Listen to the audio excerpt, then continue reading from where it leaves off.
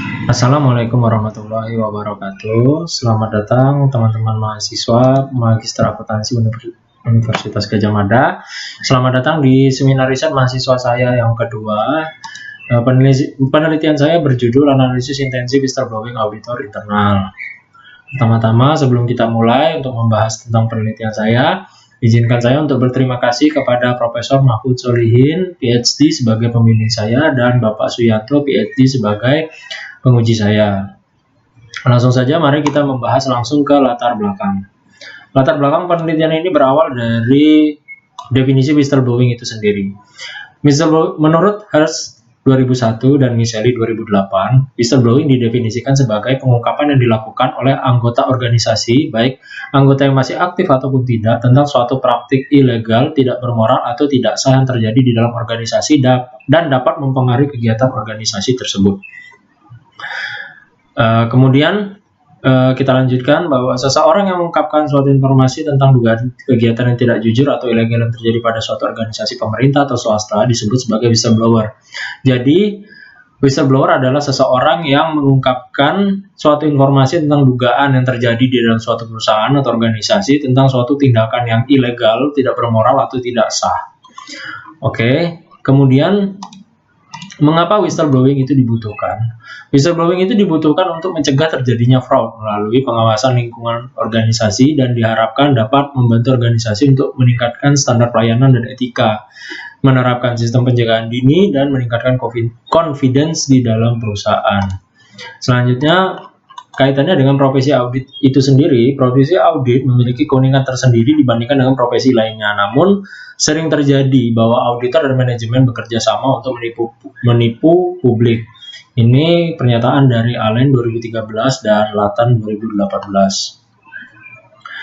Ada beberapa faktor yang mempengaruhi loyalitas auditor, seperti kode etik dan profesional auditor, persyaratan pelaporan dan saluran pelaporan, serta penilaian kepentingan publik.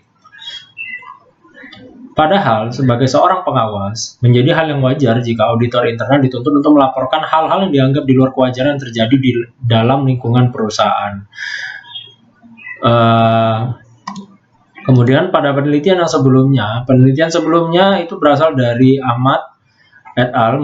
Dan Allen et al. Dan Rama dan Sagara 2018 itu memberikan sebuah model konseptual yang mempengaruhi intensi whistleblowing dengan responden yang berasal dari organisasi yang menaungi profesi audit itu sendiri. Misalnya, penelitian dari Ahmad itu mengambil sampel dari auditor internal yang berada di Malaysia, berarti dia mengambil sampel dari IA Malaysia.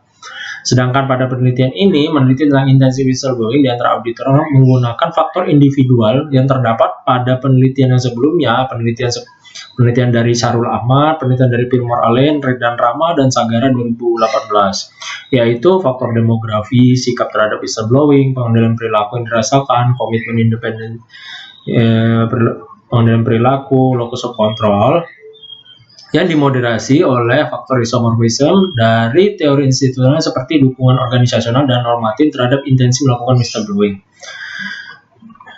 Penelitian tentang intensi whistleblowing yang dapat memberikan kesimpulan secara umum di dalam suatu negara masih belum banyak dilakukan, khususnya untuk profesi audit internal di Indonesia.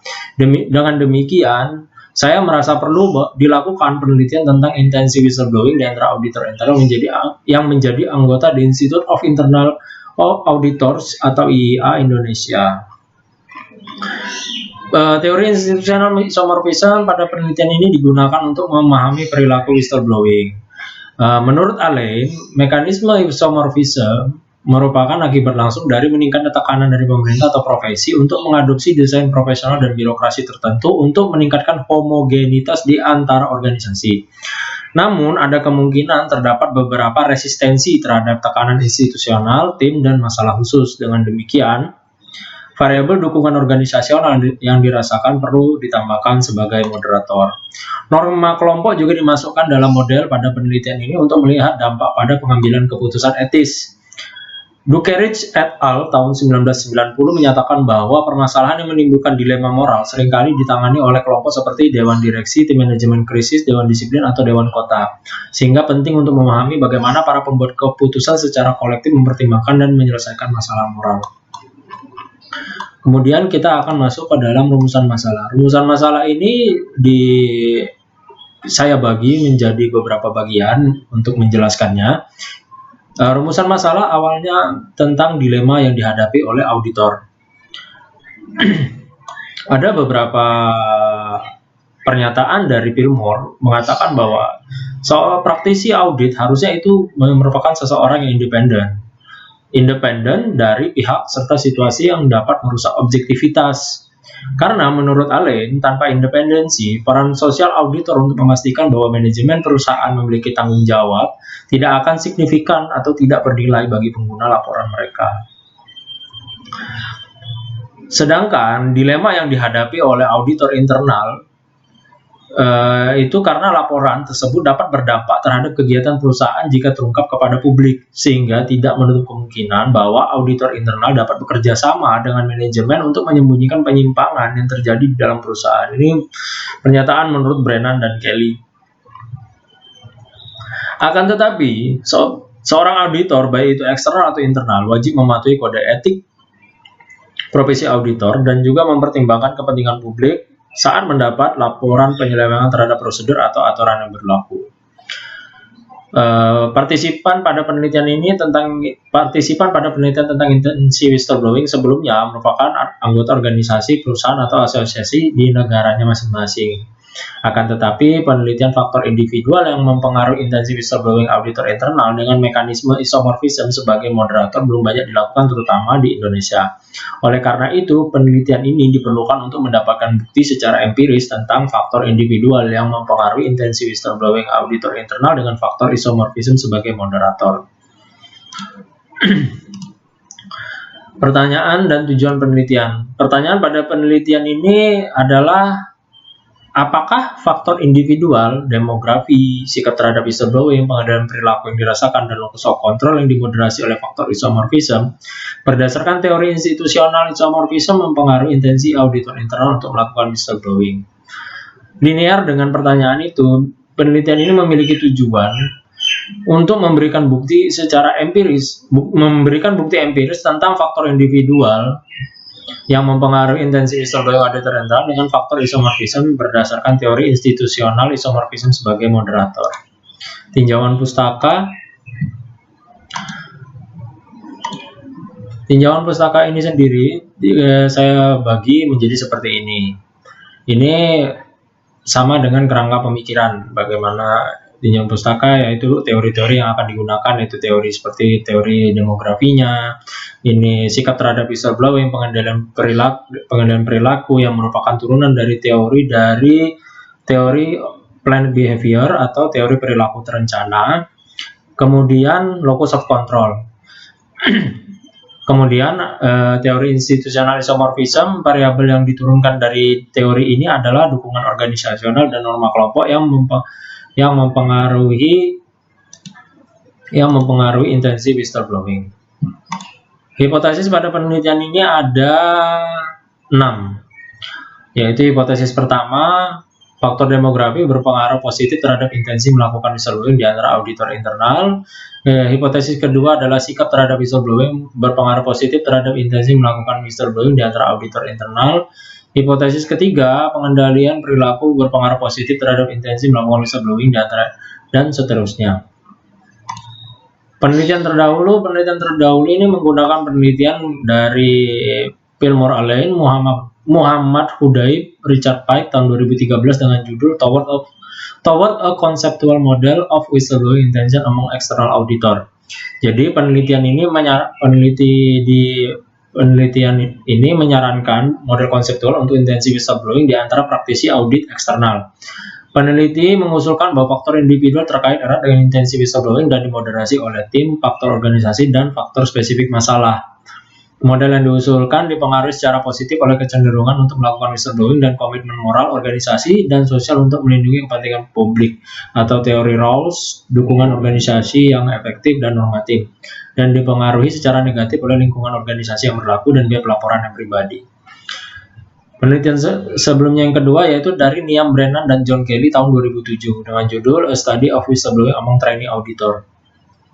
Penelitian ini didasarkan pada tanggapan dari kelompok auditor peserta pelatihan yang cukup homogen. Penelitian ini dapat diperluas ke kelompok responden yang lebih luas dengan pengalaman yang lebih luas dari tingkat hierarki yang berbeda, bervariasi dari tingkat mitra hingga tingkat peserta pelatihan. Kemungkinan bahwa tanggung jawab pribadi dan biaya pribadi pengaduan akan bervariasi berdasarkan tingkat senioritas yang mengarah pada temuan berbeda untuk berbagai kelompok responden. Selain itu, penilaian etis dapat bervariasi berdasarkan tingkat senioritas. Perbedaan antara variabel antecedent seperti ini dapat mempengaruhi minat pelaporan. Penelitian terdahulu yang ketiga adalah dari Syahrul Ahmad, George Smith, Zubaida Ismail tahun 2012 dengan judul Internal Whistleblowing Intention, A Study of Demographic and Individual Factors. Penelitian ini meneliti faktor demografi dan individual yang mempengaruhi intensi whistleblowing internal di antara auditor internal di Malaysia dengan menggunakan 3 skema independen. Partisipan penelitian berasal dari anggota auditor internal dari IIAM karena profesi dari auditor internal itu sendiri dan pengalaman yang berkemungkinan untuk menghadapi secara langsung penyelewengan dalam perusahaan tempat mereka bekerja. Metode penelitian dilakukan dengan cara mengirimkan survei. Kemudian penelitian terdahulu yang keempat adalah William J. Reed dan Devi Rama dengan judul Whistleblowing of Internal Auditors. Penelitian ini membandingkan jumlah sumber laporan whistleblowing yang diterima oleh auditor internal, apakah dari karyawan atau eksternal perusahaan. Penelitian ini juga meneliti tentang hubungan antara penerimaan laporan whistleblowing oleh auditor internal dengan peran audit internal dalam pengawasan kepatuhan kode etik dan dukungan komite audit kepada audit internal. Metode penelitian ini menggunakan penelitian kuantitatif. Karena penelitian ini ingin memberikan bukti secara empiris tentang faktor individual, yaitu demografi, sikap terhadap whistleblowing, pengendalian perilaku, dan locus of control yang dimoderasi oleh faktor isomorphism, yaitu dukungan organisasi dan norma kelompok yang berdasarkan pada teori institusional yang mempengaruhi intensi whistleblowing auditor internal. Creswell 2016 menyatakan bahwa penelitian kuantitatif merupakan metode untuk menguji teori-teori tertentu dengan cara meneliti hubungan antar variabel. Variabel-variabel pada penelitian ini diukur sehingga data yang terdiri dari angka-angka dapat dianalisis berdasarkan prosedur-prosedur statistik. Penelitian ini menggunakan survei untuk memaparkan secara kuantitatif kecenderungan sikap atau opini dari populasi dengan meneliti sampel dari populasi. Survei disebarkan kepada responden secara online dengan mempertimbangkan biaya, jumlah responden yang tersebar di seluruh wilayah Indonesia, dan kecepatan dalam menyajikan data penelitian. Kemudian, uji validitas dan reliabilitasnya. Uji validitas pada penelitian ini digunakan untuk melihat kelayakan butir-butir pernyataan dalam kuesioner tersebut dapat mendefinisikan variabel berdasarkan dari pernyataan Nur 2014. Uji validitas dilakukan setiap butir pernyataan, hasilnya dibandingkan dengan R-table, yaitu degree of freedom sama dengan N dikurangi K dengan tingkat kesalahan 5%. Jika R-table kurang dari R hitung, maka butir pernyataan disebut valid.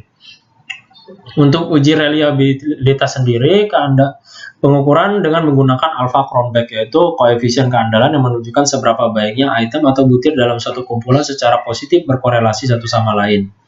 Uji reliabilitas digunakan untuk menilai kestabilan ukuran dan konsistensi responden dalam menjawab kuesioner. Jika nilai alpha lebih dari 0,60, maka dapat dikatakan bahwa kestabilan ukuran dan konsistensi responden dalam menjawab kuesioner tersebut reliable. Kemudian analisis regresi. Analisis regresi yang digunakan pada penelitian ini karena penelitian ini ingin meneliti dampak interaktif dari dukungan organisasional dan norma kelompok dan 4 faktor individual sebagai variabel independen terhadap intensi whistleblowing sebagai variabel dependen. Regresi linear berganda dimaksudkan pada penelitian ini untuk menguji pengaruh 2 atau lebih variabel independen atau explanatory terhadap satu variabel dependen. Model ini mengasumsikan adanya hubungan satu garis lurus atau linear antar variabel. Penelitian ini menggunakan dua variabel moderating. Variabel moderating adalah variabel independen yang berfungsi menguatkan atau melemahkan hubungan antara variabel independen terhadap variabel dependen.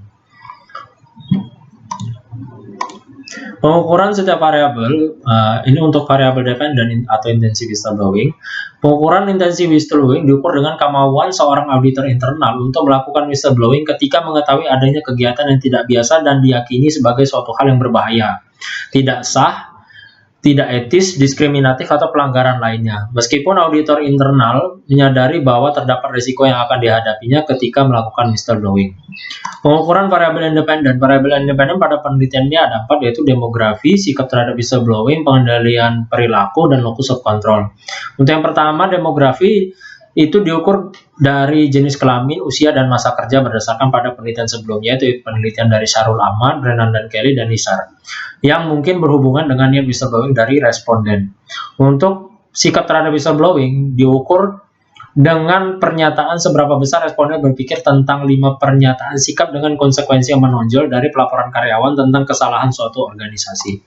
Kemudian pengendalian perilaku diukur menggunakan 8 item, yaitu 4 item untuk faktor pengendalian dan 4 item untuk kekuatan yang dirasakan. Kemudian variabel locus of control diukur menggunakan skala Rother terdiri dari 23 pasangan pernyataan, tidak termasuk 6 pernyataan difilter dalam format pilihan paksa. Untuk variabel moderasi, yaitu ada 2, yaitu dukungan organisasional dan norma kelompok. Dukungan organisasional yang dirasakan diukur dengan menggunakan instrumen Eisenberger sebagai pengendalian terhadap bias terhadap respon persetujuan. Setengah dari pernyataan menggunakan kalimat positif dan sebagian lainnya menggunakan kalimat negatif. Untuk norma kelompok diukur sesuai dengan definisinya sebagai standar yang sah dan dibagikan secara sosial yang dengannya kelayakan perilaku dapat dievaluasi. Norma mengatur perilaku tim dengan memberikan pedoman implisit bagi anggota. Ini tadi seperti yang sudah dijelaskan pada sebelumnya, yaitu uji validitas dan reliabilitas, kita lewati saja. Kemudian teknik analisis data. Teknik analisis data ini yang pertama kali adalah dilakukan uji asumsi klasik, yaitu yang terbagi dari normalitas residual, autokorelasi, multikolinearitas, dan heterokedastisitas. Kemudian teknik analisis datanya menggunakan analisis regresi. Analisis yang digunakan ini yang tadi saya jelaskan dengan persamaan regresi yang ada terlihat di bawah ini. Demikian presentasi dari saya. Kurang lebihnya saya mohon maaf. Terima kasih atas perhatiannya. Wassalamualaikum warahmatullahi wabarakatuh.